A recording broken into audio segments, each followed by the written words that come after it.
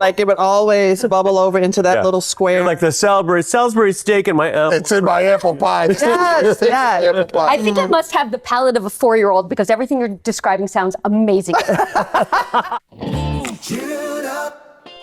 This is going to change your life. Pull up a chair. The kitchen is open. Oh, it's so good.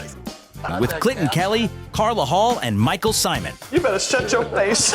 Let's dig in. This is so much fun.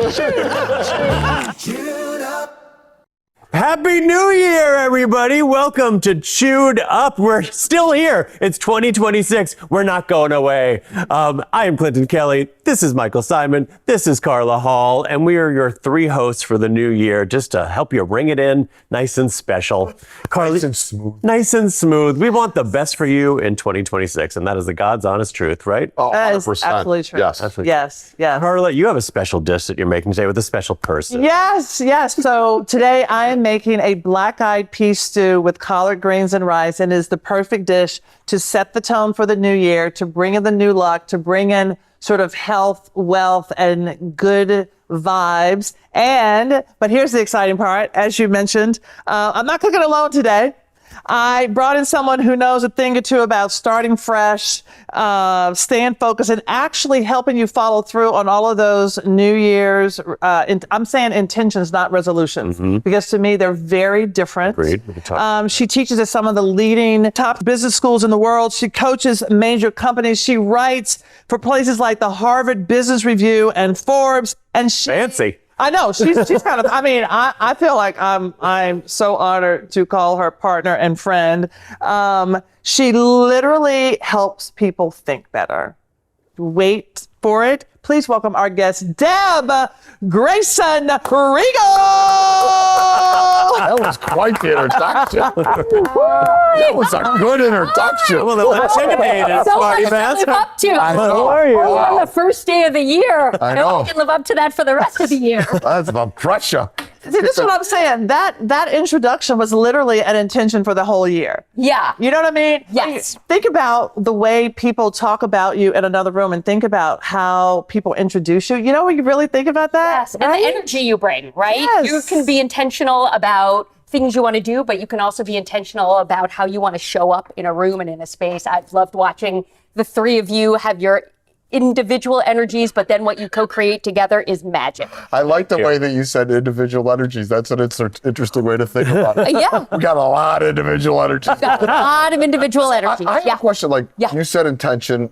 I think most people say resolution. What's the difference between intention and resolution? So for me, I feel like a resolution is almost a statement, it's a promise, but I feel like intention it comes from the inside out. I feel in my head, resolutions feels outside. It feels external. Okay. But intention is like, what is going to be the motivation for me to do this thing? I feel like a resolution begins rather lofty, and I could be wrong, you tell me. But intention is like, how do I want to move through this thing? What is going to propel me, my modus operandi, to get to the next Got steps? it. For me. It's funny. And I think it might be like I'm having like I hear my dad's voice in my head. Like when I would do something that didn't work quite well, I was like, "Is that what you intended to happen?" Yeah. Natural consequences. Exactly. Right? Yes. Natural Is it, Yes. that's how I'm thinking of intention, which is not really intention. Intention. I think a lot of people now think about intention as a way to manifest something. Like Got you it. set an intention Yeah. for something, and then it helps you manifest All right. that thing. Well, I think one of the things you said, the difference between, something that comes internally and something that's external, all that we have in our control is internal, right? We Yes. cannot control the things that are external to us. Lord Absolutely. knows I've tried. yeah. Yes. Yes. But when you set an intention, you are talking about what you want to do with what you can control. And a resolution tries to loop in things that are out of your control that you have no hand in. And so I'd rather be in control. I mean, let's just stop the sentence with, I'd rather be in control. Yes. But I'd rather You're be. in good company. Yes. Oh, perfect. Excellent. Excellent. So that's how I say it. Well, it reminds me of, I spent many years doing What Not to Wear. I did another show called Wear Whatever the F You Want. And it's like, you know what? You cannot change somebody who doesn't want to be changed. Yeah. Yes. So you can only focus on yourself, like how you're going to react to that person, whether they change or not, which is probably true that they're not going to change. That's such a healthy mindset about relationships. And for anyone who has an intention this year about improving a relationship, that's such an important thing to keep in mind, is that if you want to change the relationship, change you. Start with you. Well, and also if the other person in your relationship doesn't have the same intentions that you have, Right. nothing's going to change anyhow, probably. Amen. Yeah. You have to be on the same page. Carla, you mentioned that you two are working together. You said partner. What? Yes. Explain to everybody what that's all about. So we have created a program called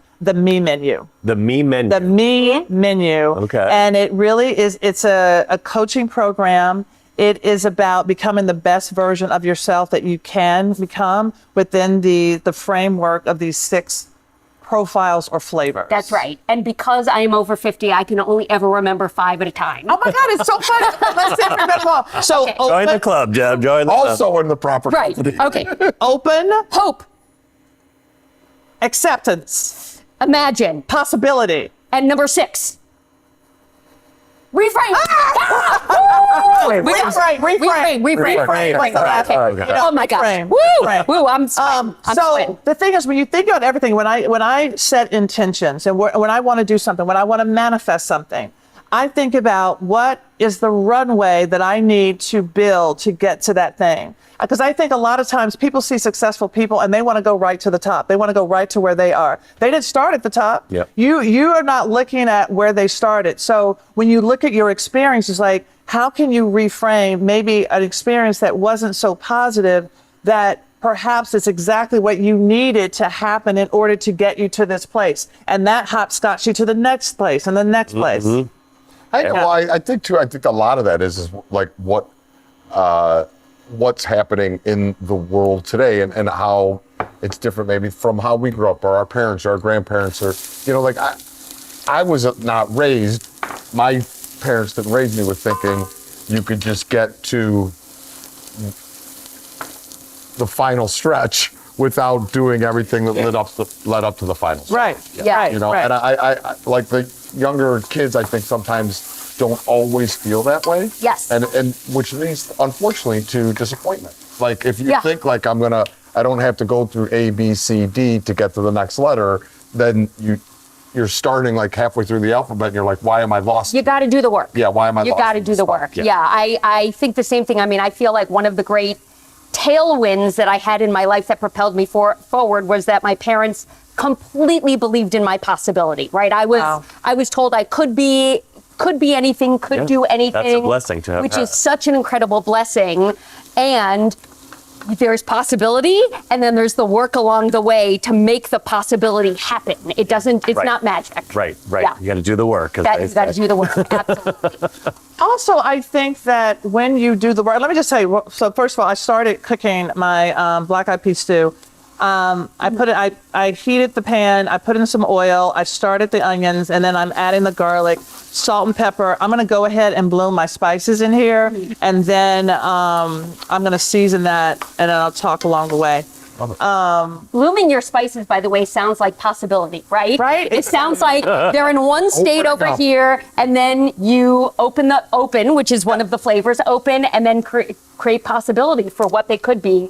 Yes. Have a little bit of heat with them. That's it. That's right. exactly it. I mean, the thing is, I think when there are times when I had an idea of what I wanted to do, but by going through the process, I switched the idea of what I wanted because I see more possibilities as I'm living through them. You know what I mean? Yeah. And I think that's the thing. Well, I think it's also we've all had jobs that we've hated at some point, like that have just been awful. And when you're in them, you cannot see that there's a benefit to being in them. And you don't have to, and I'm not saying that you should stay in a job that you hate for a long time, but if you can frame it as, I'm in this now, I hate it, I know that it's not right for me, and I'm going to use this as a lesson, so the next job I take, I'm not going to settle for this, that. And it also makes you, I think, realize like things that you don't want to do, like things that you're going through. It's not in my skill set. Right, and I think different people find different avenues to learn the lessons. Like for me, sports,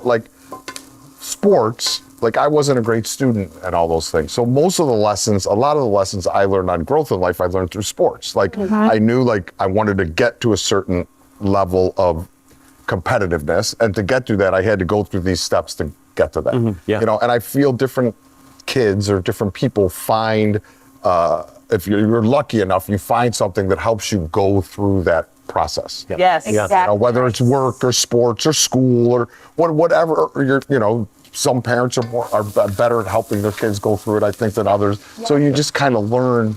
You got to find your vehicle. At the heart of all of these things are coming to understand your values, right? So even in the situation that you were describing where you say you're in a job that you don't like, it reminds you of what you value. Oh, I don't like this job because I value autonomy. I don't like this job because I value teamwork and collaboration, and that's not happening. And I heard you just mention, competition. I've watched you on enough competition shows to know that that's probably a value of yours. Excellence. Yeah, competition. and it came through sport. Like I understood competitive cooking. Yes. Because of competitive wrestling. Like they connected to me, even though they're like obviously very different. Like in wrestling, you were starving yourself, and in cooking, you're cooking. That's right. I like cooking better. Cooking, that sounds better. Cooking better. Yeah. But like the competitive part of it, Yes. I learned at a young age, and I enjoyed. Yes. Yep, absolutely. But I'm also fascinated by you're framing this as if you're not happy in something, it teaches you what you do value, Yes. right? Because I hated being in a job where I had to sit at a desk all day. Oh. I value being able to get up and move around and the freedom. Autonomy, agency, exactly. yes. And I never thought about it that way. Like I learned from that, that I right. value freedom and autonomy. So I often say that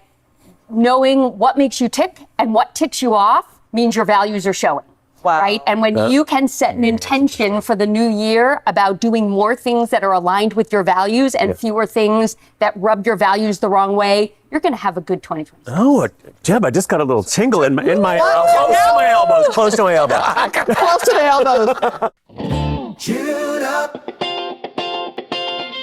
All right. If you are laughing, drooling, or yelling at us through your screen right now, Then you're one of us, and we love you for it. So don't just watch in silence. Hit that subscribe button on YouTube or follow wherever you're listening. Yeah, that way you don't miss when Clinton starts another bread and cheese crusade.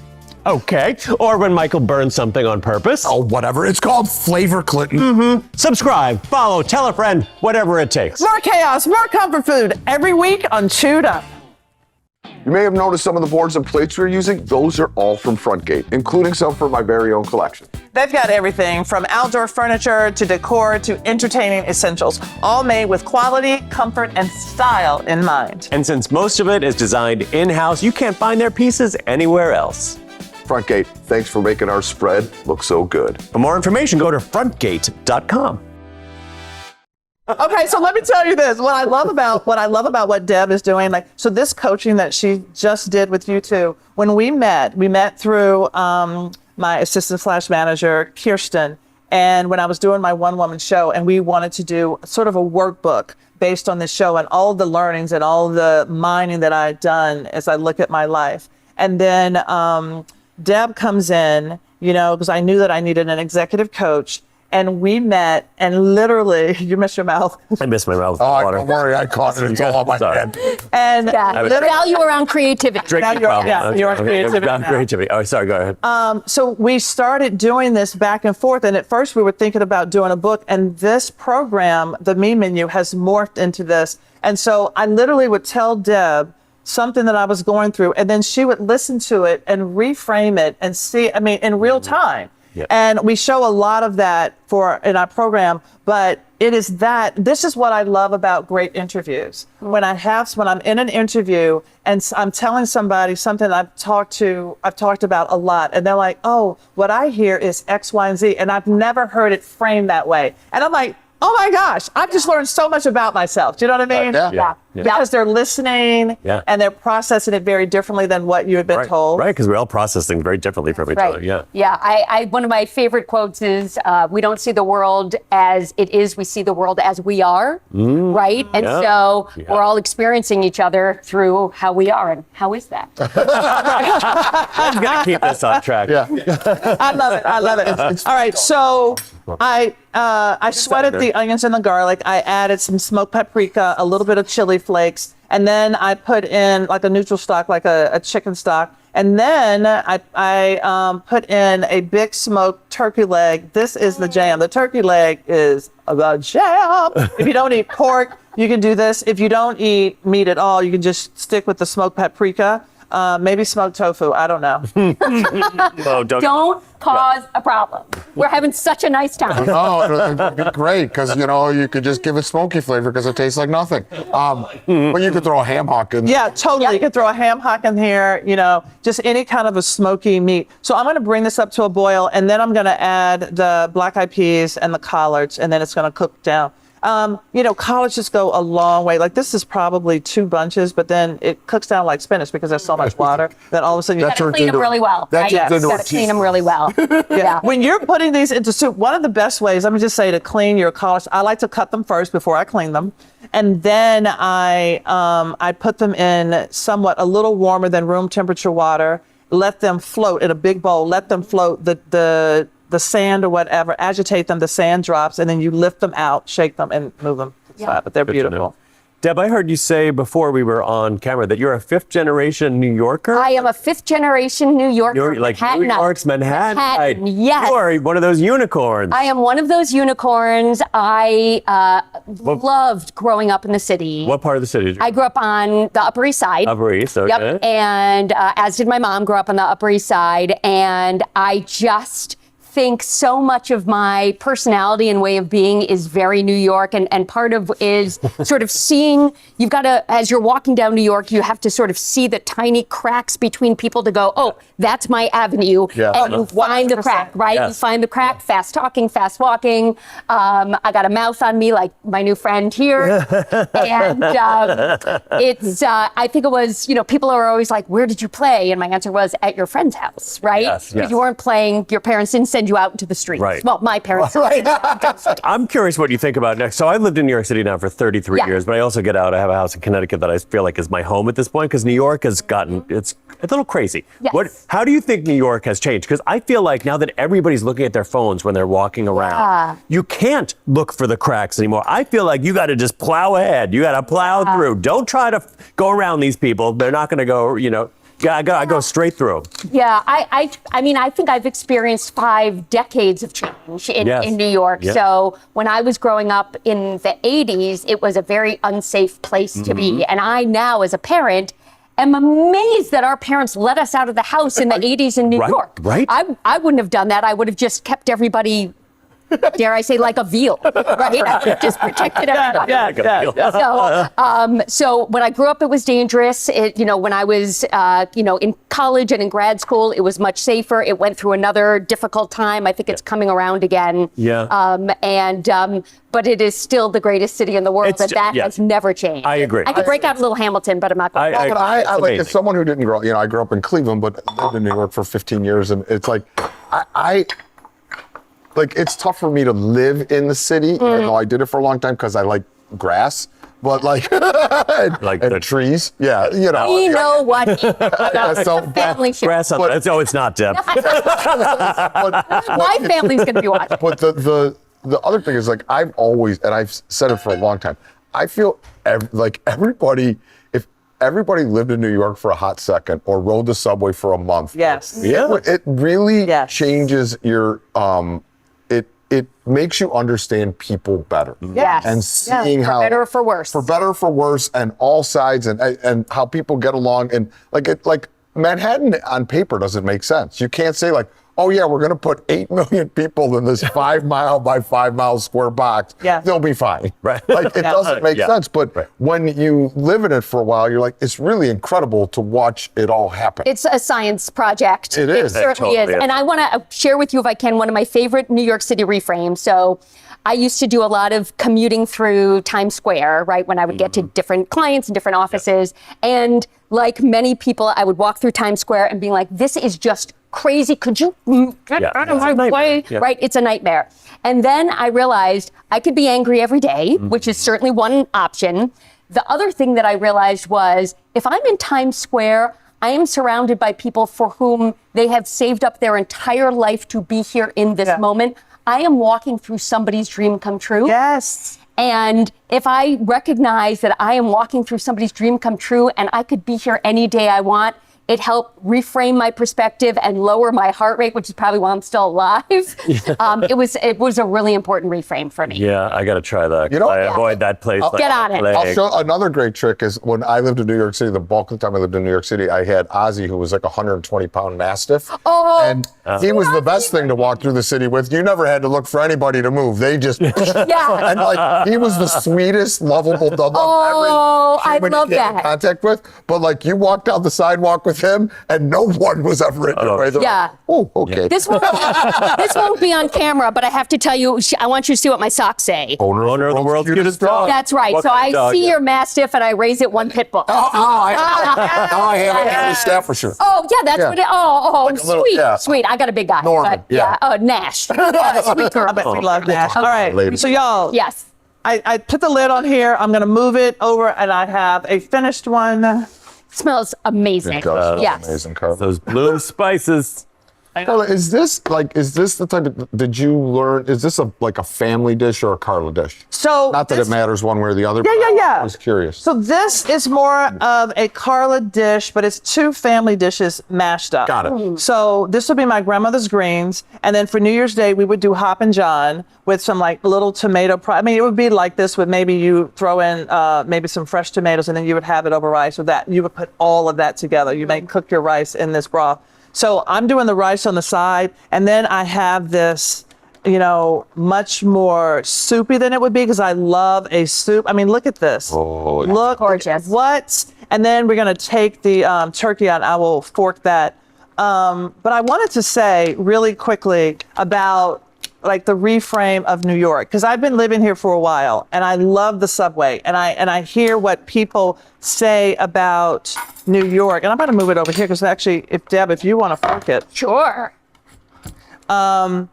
because I am quintessentially Southern, I'm an elevator talker. Oh, thank you. You must have here. asbestos fingers. My God. I'm good.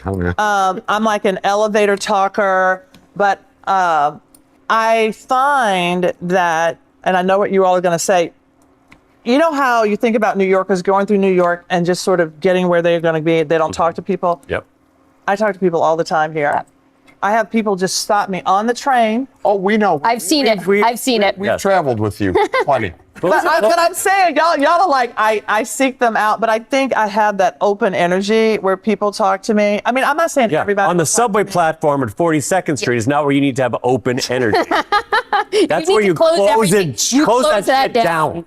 But I want to just say something for Carla. I was with Carla in a town that was not New York, and some gentleman came up to her. Carla, tell me if you remember this. A gentleman came up to her who was undergoing cancer treatment. He was one of the Hells on Wheels. He was a biking baker. biking baker. And he came up to Carla and said, and Carla was with her open energy and open body language. Well, I'm really destroying this guy. No, it's good.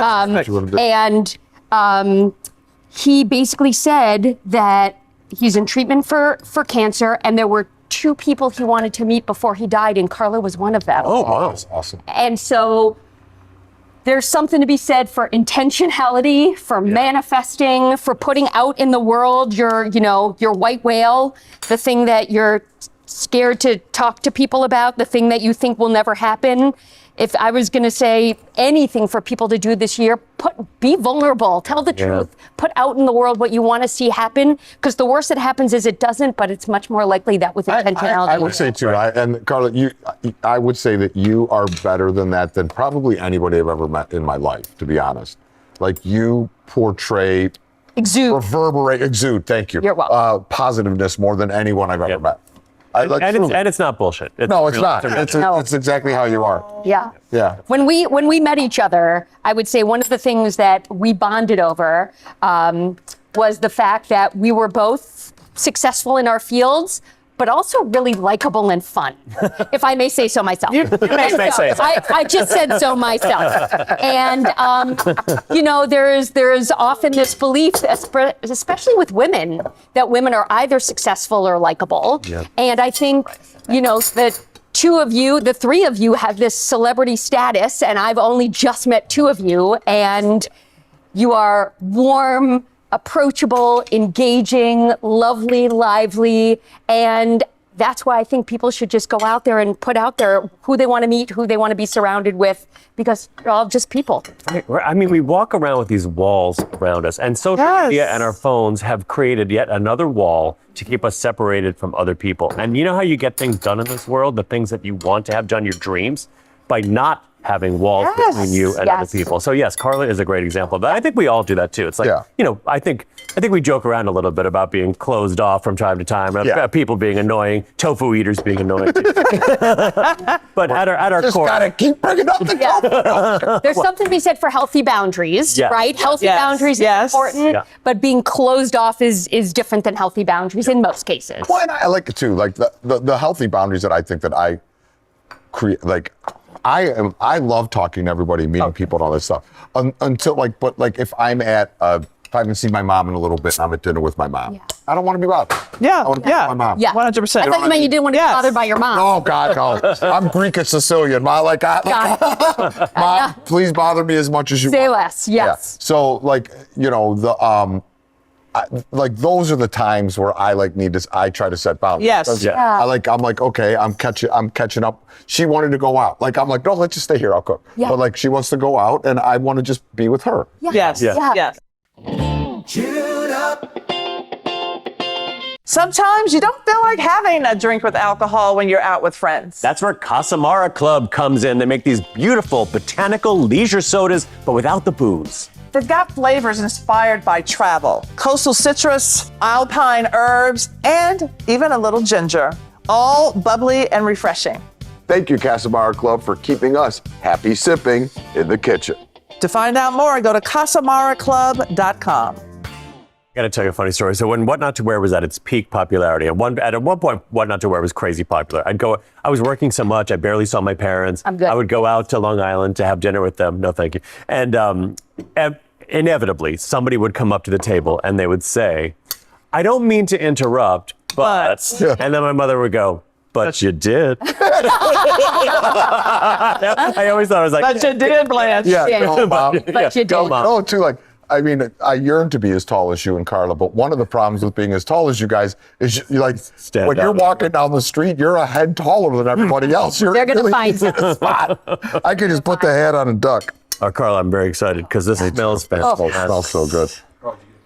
I did. Y'all know I took a picture. I love too using the smoked turkey, like as much as I obviously love ham and stuff. Doing it with the smoked turkey legs is a great trick. Our family used to keep kosher. And so when we would make something like this, we would make it with smoked turkey necks. And it had that beautiful smoked flavor and kept us away from pork. I have to tell you too, this is a hot sauce site, and they don't sponsor, no affiliation. I always forget about it, and it's one of the greatest hot sauces of all. What is it called? Right? Crystal. Crystal. It's hot very New From New Orleans. hot sauce, and it is so. It's so Emerald great. introduced to me. I feel like the balance of vinegar and the spice and where the spice hits you. For Crystal, it always hits me at the back of the throat. Right here. Right here. I mean, you know, it's so funny how where the spice hits you. But One of my favorites. this right here in this moment, when I tell you, all of a sudden, I feel like I'm with my grandmother and we've got the cornbread, and you know what I mean? It is just like, It feels like home. it does. I just love it. It's so good. Thank you And for I feel inviting like us into I your know, and I'm family. with you all, like in this family, and y'all. But that's what food at its greatest is that. Yeah. Like to me, like not the 3 Michelin star restaurants. Food at its greatest brings you to the spot of memories, and connections. Yeah, and so true.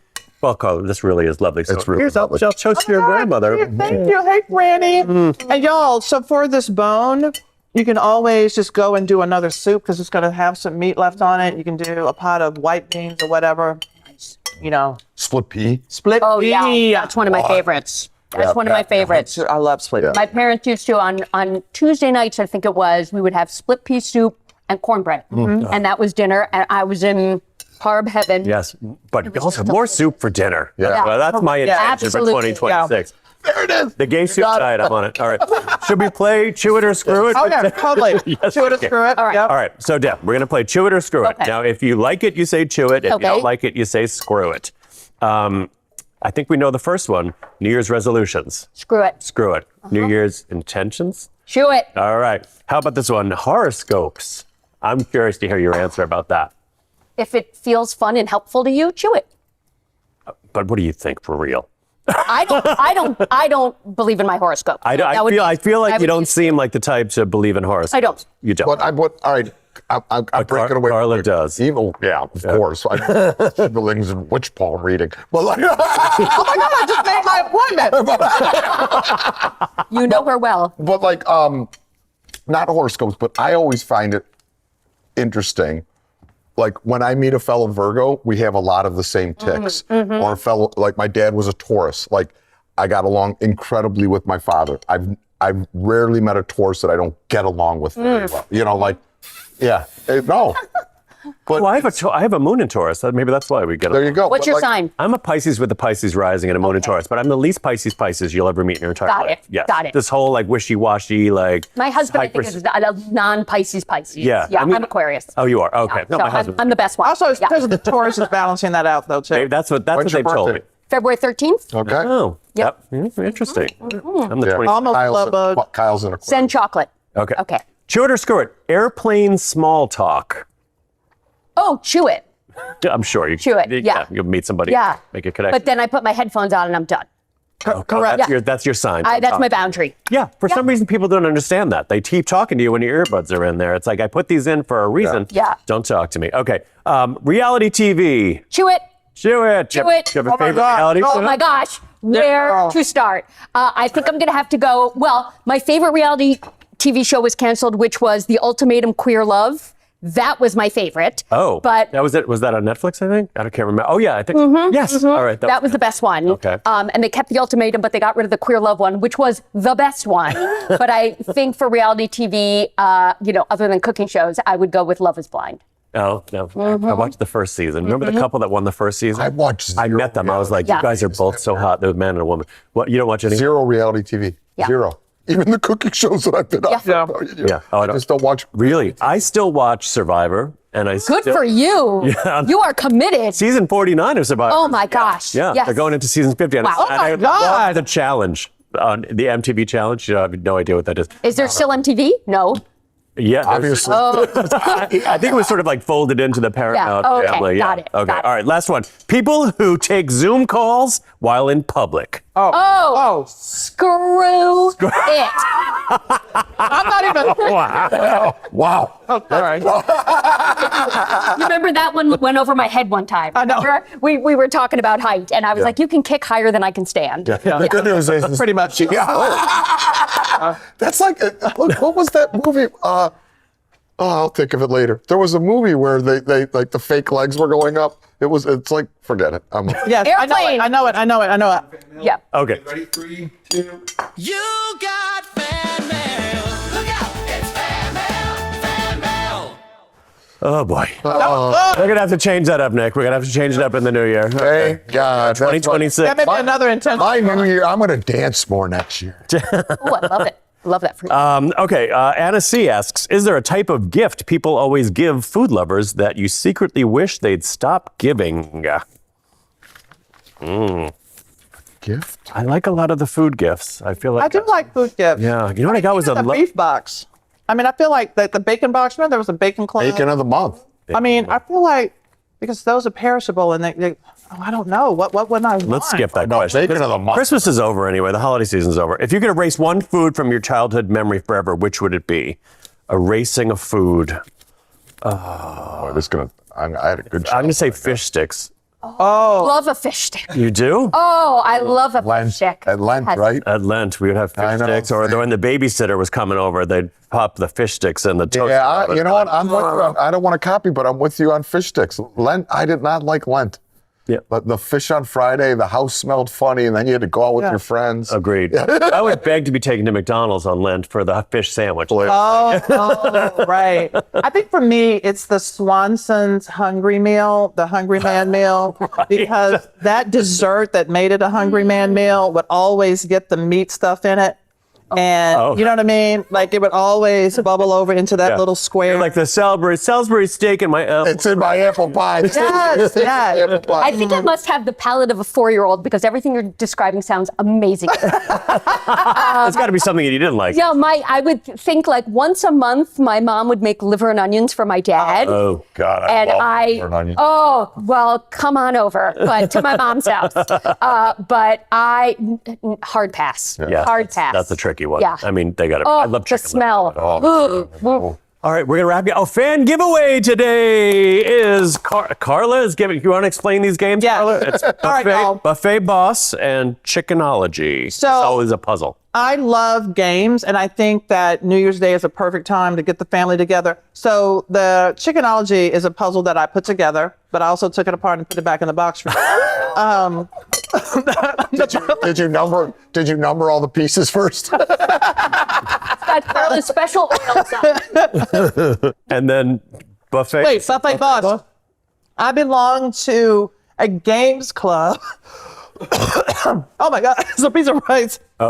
I belong to a games club. I get a new game, the people who make games 4 times a year. And I'm giving you this game that I have not played. All right. It obviously was very exciting. Yeah, Why really? are you laughing, Clinton? I thought you were gonna say this is my favorite game. That's why I'm giving it away. Never tried. No, it's I not. haven't even known. Yeah, that's great. This year, we're gonna talk a lot about Carla's hoarding and how she tried not to be such a hoarder. Well, Nick is telling us, hey, we need fan giveaways. So go into your garages, Yeah. go into your attics. And Carla's like, It's an intention, not a resolution. Yeah, Right, exactly. there. Yeah. All right. All right. All right. You're in charge of these. pick the winner. Prizes. Don't say the last name, say the last initial. Got it. Okay. You got it. Okay. So, Sandra, no last initial. Okay. From Beverly, Mass. Beverly Mass! I'll let you wrap it up with Deb. All right. So where can we find more Deb and you guys' Deb. project? Yes. You can find our project at thememenu.com. Yes. Deb, let's talk about where they can find you and all of your amazing things. Of course, we're also on there. Yes. Well, you can definitely find me on LinkedIn and Facebook, but you can find me at DeborahGraysonRiegel.com and at thememenu.com. And I want to say, and any place where toys are sold, but that doesn't seem, that doesn't seem like the right way to end that up. You're fun size. Yeah, thank you. Thank you. Google me. I'm easy to find. All right. Awesome. All right. Thank you for joining us on Chewed Up today. Have a fabulous 2026, everybody. See you next time. Thanks for watching Chewed Up. And thanks to our sponsors for making this show possible. Frontgate, Casamara Club, and special thanks to Fresh Direct for supplying the groceries, and to Canopy by Hilton and B&B Tent and Party Rentals for supporting our show. New episodes drop every Monday, Wednesday, and Friday. To subscribe, snag recipes, and dig into all the extra fun, head to chewedupshow.com or watch and click subscribe on YouTube or wherever you get your podcasts. Now go make a mess in your own kitchen.